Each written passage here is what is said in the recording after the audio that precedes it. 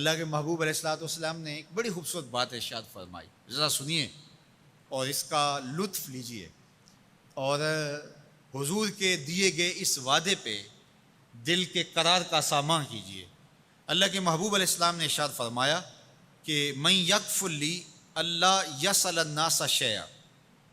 جو شخص مجھے اس بات کی ضمانت دے کہ وہ اللہ کے علاوہ کبھی بھی کسی سے کوئی سوال نہیں کرے گا، جب بھی کوئی مشکل ہوئی، جب بھی تکلیف ہوئی تو وہ سوال مالک کی دہلیز پہ کرے گا، وہ مصلی بچھائے گا اور رب سے کہے گا میرا مسئلہ یہ ہے۔ جو شخص مجھے یہ ضمانت دے کہ وہ اللہ کی دہلیز پہ اپنے سوال رکھے گا، اللہ کے علاوہ کسی سے نہیں کہے گا، اللہ کے محبوب فرماتے ہیں اتکفل لہ بالجنہ، میں اس کو جنت کی ضمانت دیتا ہوں۔ اور یہ روایت حضرت ثوبان رضی اللہ تعالی عنہ سے مروی ہے۔ حضرت ثوبان نے جب حضور سے یہ فرمان سنا تو انہوں نے کہا حضور میں ضمانت دیتا ہوں، میں زندگی بھر اللہ کے علاوہ کسی سے سوال نہیں کروں گا۔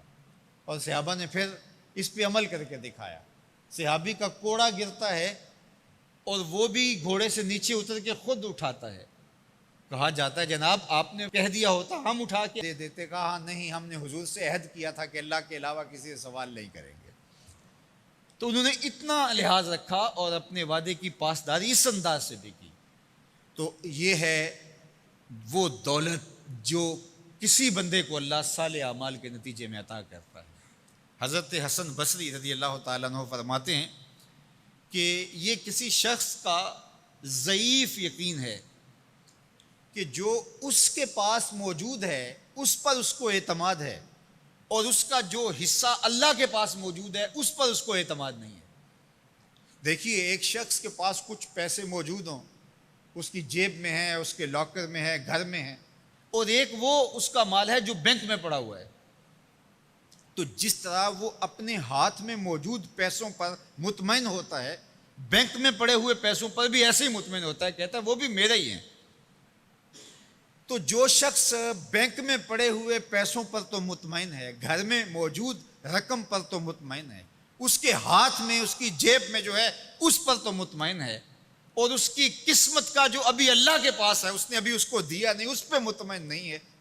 تو حضرت حسن بصری فرماتے ہیں اس سے بڑھ کر ذوف یقین اور کیا ہوگا کہ جو اس کے پاس ہے، جس کو چرایا جا سکتا ہے، جس کو چور کھینچ سکتا ہے، جو گر سکتا ہے، جو چھینا جا سکتا ہے، اس پہ تو یقین کر رہا ہے کہ یہ میرا ہے،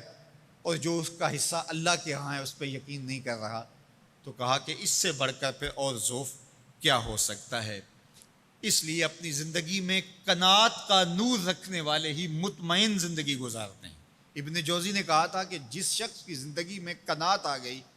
اس کی زندگی مطمئن ہو گئی، اور جس شخص کی زندگی میں طمع آ گیا اس کی زندگی گھٹن کا شکار ہوگی، اذیت کا شکار ہو گئی۔ حضرت سہل بن سعد الساعدی رضی اللہ تعالی عنہ سے یہ روایت مروی ہے کہ ایک شخص حضور کی خدمت میں آیا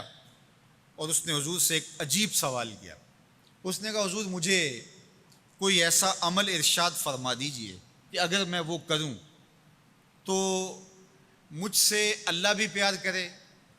اور اللہ کی مخلوق بھی مجھ سے پیار کرے۔ ایک عمل ایسا بتا دیجئے اگر میں وہ عمل بجا لاؤں تو اللہ مجھ سے پیار کرے اور اس کی مخلوق بھی مجھ سے پیار کرے۔ اللہ کے محبوب نے اس کو جو جواب دیا اس کا مفہوم سن لیجئے۔ آقا کریم نے فرمایا جو دنیا میں موجود ہے، میسر ہے، اس سے بے رغبت ہو جا، تیری ضرورتیں تو پوری ہوں گی، اس میں تو کوئی شک نہیں، لیکن تیری رغبت ادھر نہ رہے، زہد فی الدنیا اختیار کر لے،